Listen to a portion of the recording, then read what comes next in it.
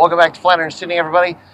We're on a frozen lake. We are in a town called Georgetown, which is right below the Eisenhower Tunnel here. We're just below the Continental Divide. Let's have some fun.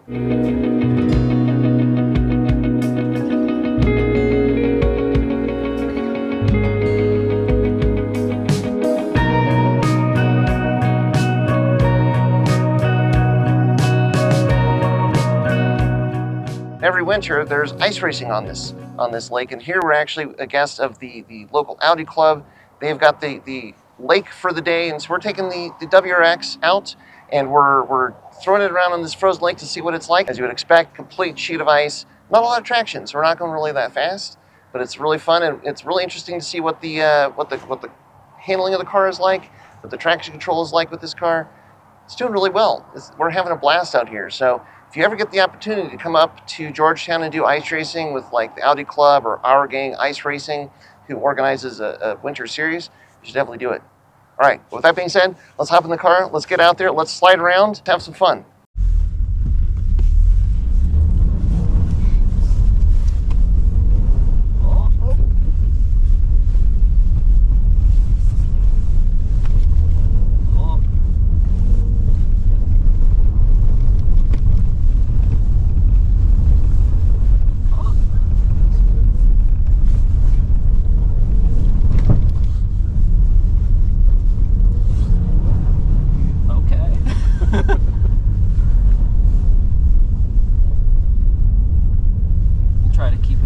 For this, maybe. Yeah, don't send us down the river.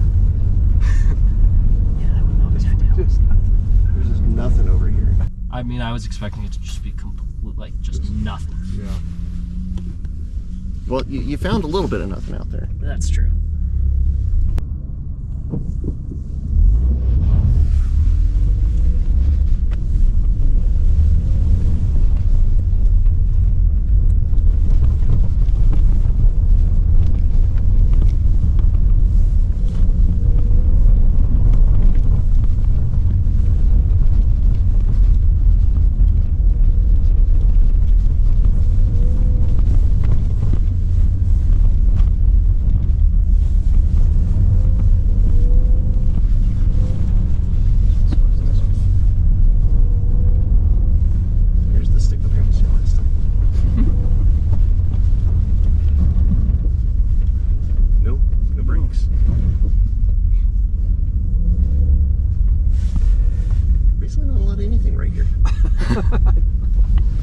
You're supposed to be going that way.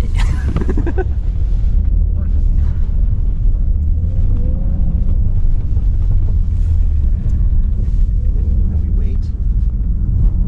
Here we go.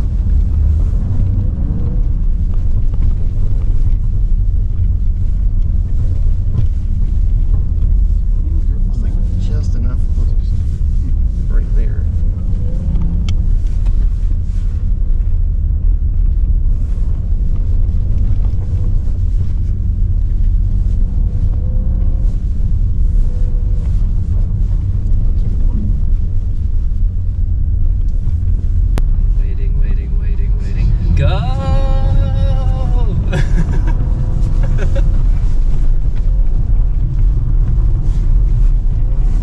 right there.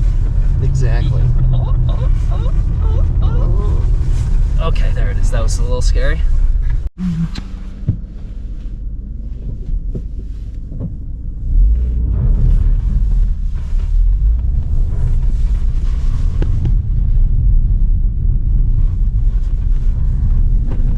Out to where the snow is.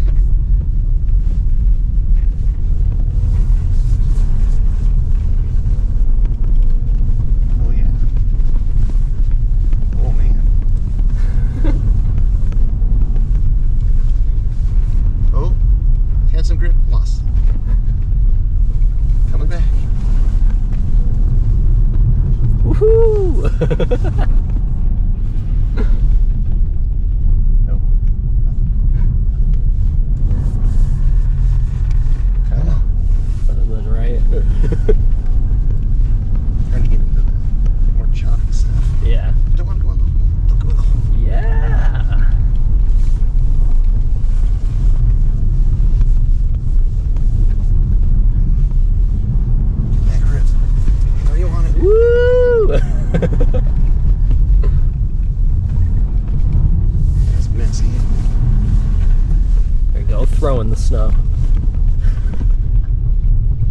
I'm not afraid to fight.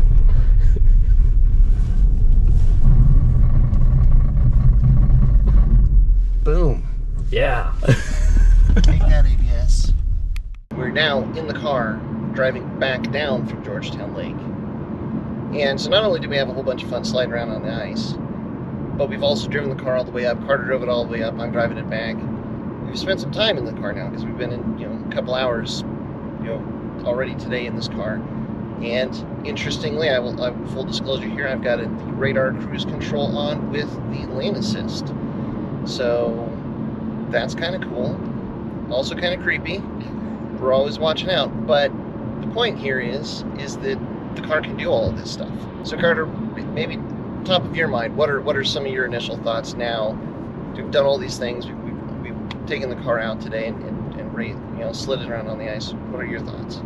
So the first thing, we're trying to test these systems, the radar cruise and the steering, the lane keep assist, because I hadn't really played around with that. And I mean, it works. I would say it's a nice feature. Is it something that I would want to use by default all the time? Probably not. But for right now, where I'm still watching the road, but I'm kind of wanting to have this conversation. And so I want to have the ability to have the conversation and focus a little bit. Yeah. Rather than be, as 100% focusing on the driving. It's kind of a nice feature. Yeah. I think we kind of decided that, or I decided that I like the radar cruise and maybe the steering assist not so much. Which I would agree with, yeah. But still, a time and a place for sure. Yep. It's wild what it does. And I think it will only continue to get better. It is. I kept saying it's crazy that this is on a WRX. It's weird and different, but that's not a bad thing. It does its job. It does it well, and it actually, I commented when I was driving on the way up, it doesn't feel like it's fighting against me anymore. Maybe now that I've just driven it more, it feels like it actually works with you and the road to be comfortable and easy. Yep. Overall, where we're at with this car now, we've done the brakes, we've done the suspension. That's really it so far. But so then it leaves the comparison open to, the WRX-TR, the WRX-TS, which comes with the brakes. Really the only difference there is the suspension. Would you want to raise the car up, put slightly oversized tires on it, or do you want a lower suspension on it? Carter, what do you think? If you now having driven this and done what we've done with it, which would you rather have? Our configuration or something like the TR or the TS? I mean, it's tough to argue with what we've created here. We just woke up, drove an hour on the highway with the car basically driving itself, and then drifted on a bumpy frozen lake for 2 hours, and now the car's basically driving itself back home. Yeah, and the suspension handle, there's a lot of deep ruts. It's a frozen lake, but it's slick, but it's not smooth. There's lots of ruts from all the other places or people that have been up here ice racing. And it took it like a champ. And we've driven on dirt roads, the parking lot is rough, took that like a champ. This car's ability to do anything now, and any situation we throw at it, it just doesn't care, and it's haha, you thought. But it's a Swiss Army knife now. Yeah, totally.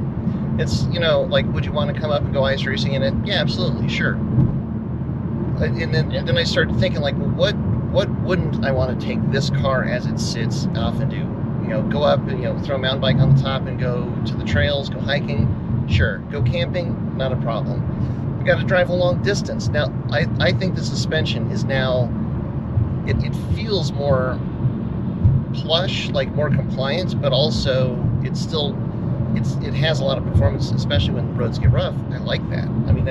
I'm struggling to think of a journey that I would need to take in a car where this wouldn't scratch the edge, where it wouldn't fit the role that I needed the car to fill.